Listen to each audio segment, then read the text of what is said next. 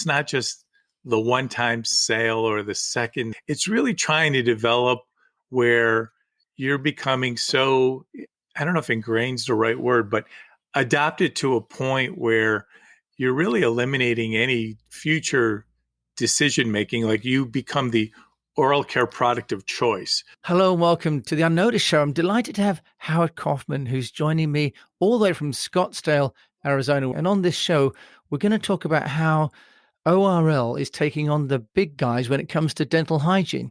Howard, thank you for joining me today. Jim, thank you so much for having me and sharing some time. Yeah, so ORL is a company that is just celebrated its second anniversary. So we've been in the market for about 18 months. It took us about 6 months once we incorporated to get product to market, but it definitely has been a labor of love for myself and my business partners.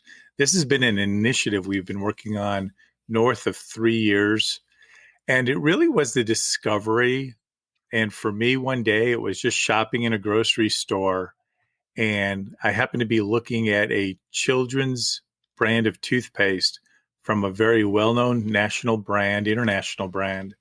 And the crucible moment was as I was looking at the label and the ingredients, not only was I looking at a number of ingredients that at the time was very much like a foreign language, but what caught my eye was right below the ingredient list was a warning label. And the warning label said, not for children 6 years of under, if accidentally swallowed, get immediate medical attention. And it also provided in the States Poison Control's phone number. Really? And this is on a consumer good for in the dental aisle? In the dental aisle. And later I learned it's because that product contains sodium fluoride, which is considered, can be very harmful for children. But yet this was a national brand marketing and positioning this product as a children's toothpaste. And flipping back to the front of the tube, I looked and it didn't say for ages 7 and over or 7 plus. And that really was the trigger to just ask the question, if there's a harmful ingredient with a warning label for a children's toothpaste, what else is in the rest of the category? And that really started this journey of first researching products that were on the market and one by one taking a look at each ingredient. And that really was the motivation to create ORL. So wound up working with a couple of dentists and a food scientist and a pharmacist friend. And we basically started with a hypothesis. Well, what if we created a natural and organic formulation that contained certain plant-based essential oils that have been identified to help with your oral health and vitamins and minerals, but it did not contain any of the we found 116 ingredients at the time on the market amongst 300 plus SKUs. And we just referenced with the National Institute of Health here in the States, and they do have a website called pubchem.com. Anyone worldwide can go to pubchem.com.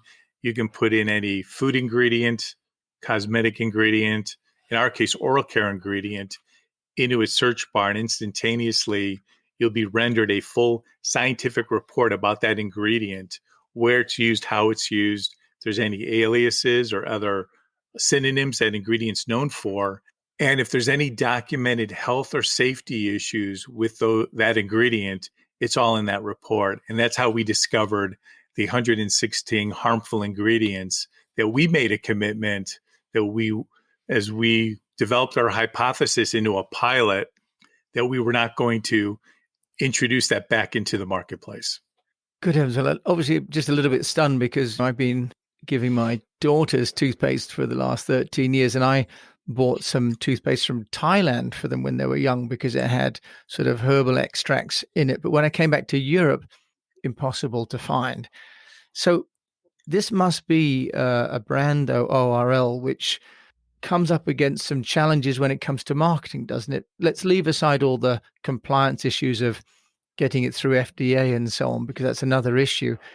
But from a branding point of view, how have you gone about positioning this and really being a challenger brand, not just to the FMCGs the big boys with what they're doing, but taking an entirely different approach. How do you sell that story to the retailers? Jim, the best way I could describe that part of it is strategically, like any business, and you're an entrepreneur, obviously, at the end of the day, you want to be profitable and you want to be making money. But the point of view is that's really, call it the outcome or the end result. And when you're starting in the beginning, the real focus is one about creating awareness with the right target market. And then once you're able to achieve at least some modest awareness, gaining trial. Because as a new brand, if you don't have the awareness and then the trial, you don't even have to worry about what your answer is going to be financially. So from that perspective, we have deliberately, the best way I would describe this is think big, start small, and scale. That's really our mantra. And it's not to suggest there aren't other ways that brands can come to the market. And there's definitely well-known, documented, the unicorn brands, right? They just happen to be the right place at the right time and they hit it big. But the research would show you, the data would show you that those are truly more the exception than the rule. And in our case, it's really a focus on having a belief of who the customer you're serving, but at the same time, knowing that once you're able to bring product to market, it's really important to challenge yourself and your group and your team to also be active listeners, because the marketplace is going to tell you what they like, what they don't like. They'll have questions or things that they don't understand, right? And so much of what you have to kind of challenge yourself from your own internal paradigm is to something that you think may be really important to you. And in our case, say, for example, it would be like the 7.0 pH balance and why that's important.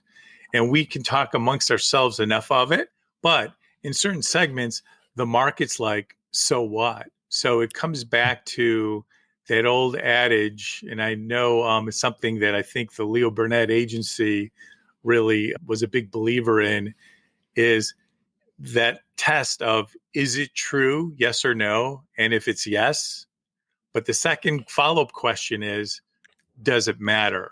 And that's really what the challenge as a brand, as a marketer, to be building awareness, building a brand, is figuring out, well, what does matter to your marketplace? Let's just then drill down. You talked about starting small. How did you do that? Because presumably you've got to get a sample size that's small enough to listen to, but big enough to be representative. And you've got to have some brand values in place for them to take shots at, but be flexible enough to give them some opportunity to criticize. Can you just tell us, how did you communicate to those people and how do you do that? Absolutely. So this would have been October of 2019. Our intent was we were introducing in total 8 SKUs to the marketplace in the beginning. It stands for stock keeping unit. Essentially, it's for specific individual products. In our case, we had 2 product lines, mouthwash and toothpaste. Each had 4 different, call it flavor profiles or formulations. So that's a total of 8. So for example, we offer fresh mint as a flavor profile. We have a cinnamon, a bubble gum for kids. And then the 4th one is, as we were developing our product through our dental advisory board, one of our dentists, she felt very strongly, well, you're doing all this formulation. Would you consider introducing a formulation that included CBD oil? And we learned about what the benefits from a dental care point of view could be, especially people that have serious gum irritation. In some cases, periodontically, they may even have slow bone loss in the back of the jaw. CBD may help those cases. And sorry, what is CBD? Sorry. Oh, so CBD is the non-hallucinogenic part of the cannabis plant. And it's got cannabinoids that help with pain, it's anti-inflammatory, can help with other health issues. So it's a growing category. I bring that up because your question is, well, how did you kind of start in the beginning? Well, in the very beginning, our intent that October of 2019 was we were introducing our entire product line to the market. but we did run into an early production issue because we're not using any plastic tubes or bottles. Everything's in glass. And we Mm, learned that in the very beginning, labeling a piece of glass, we were having, call it a high fail rate, meaning 70% of the labels on the bottles we were rejecting. So we right. stopped the presses. But it just turned out that our supplier provided us first was a shipment of our labels with CBD. So we started there. A lot of retailers, certainly in the States, unless it's topical, like for hand cream, they won't touch CBD right now. There's still some ambiguity in the market because the FDA hasn't come out with, call it national guidance. So for us in the very beginning, it was working with CBD boutiques and distributors, but also there's a segment of dentists that really believe in the benefits of how CBD can enhance your oral care. So we started out small in that marketplace. Mm, And then February, right before the pandemic, we're able to solve our labeling issue, introduce the rest of our product line. And even prior to pandemic, initially, yes, we do have ambitions to be in large retail grocery chains that would be a fit with the brand. But boutiques, spas and apothecaries, dentist offices, we do sell direct to consumer online. Certainly, that part of our business continues to accelerate coming through the pandemic. And then because Amazon, they will not approve selling any product with CBD at this point until there's national guidance on it. But we did list our non CBD products on Amazon. So, long winded way of saying in the very beginning, it was, call it playing the field. It was dentists, periodontists. We even have some optometrists that know the connection between gingivitis and ultimately the risk of getting glaucoma. So it was finding these small little niches or segments and experimenting with the segments to determine, is there a fit with the brand, and building off that, right? There are things that would work, things that wouldn't work. And along the way, we have been taking a regional approach to gaining retail distribution.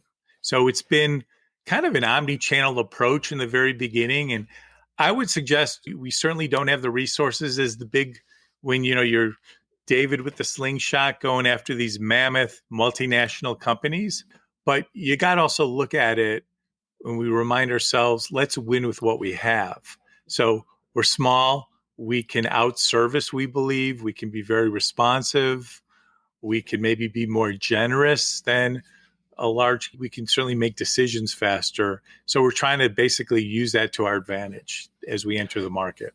and to what degree are you using the knowledge that you've been getting, Howard, around all these health related benefits in your marketing? Because actually, you are to some degree going to be changing behavior, aren't you, as well?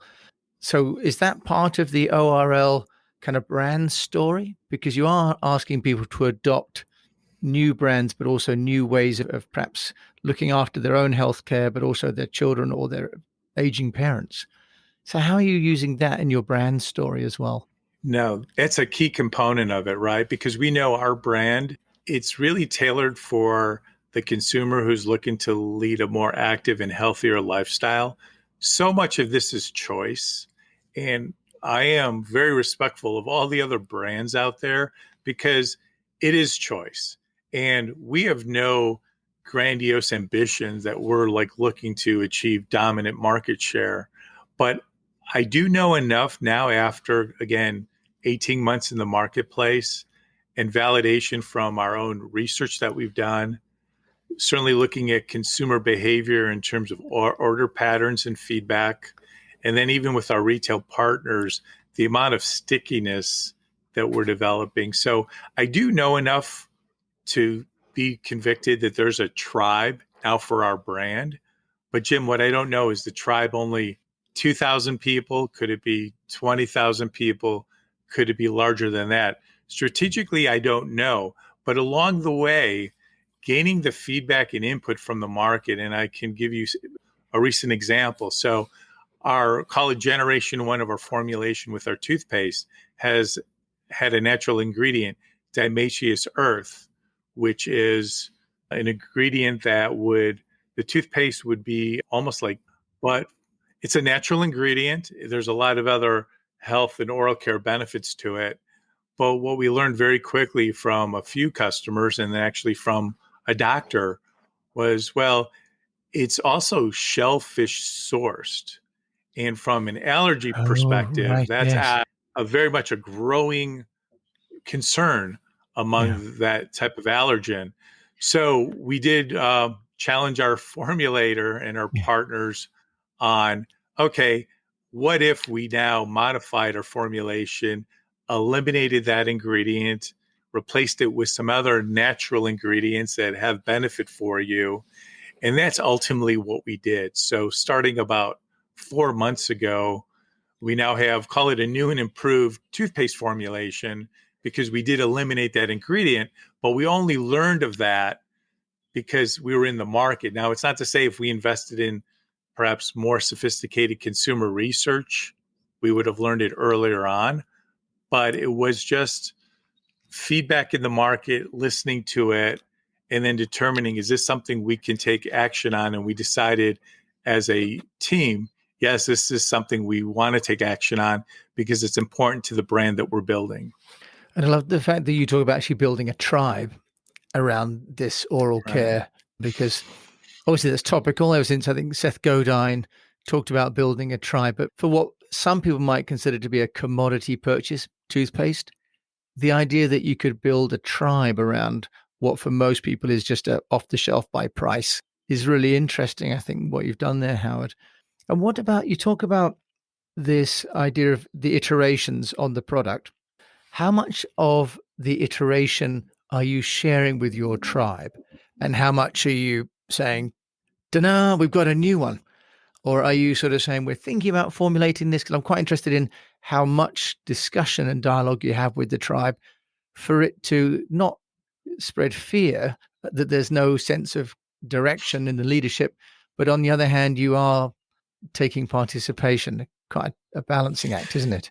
Yeah, we are. We are. And certainly there are things that strategically you can plan out, plan ahead.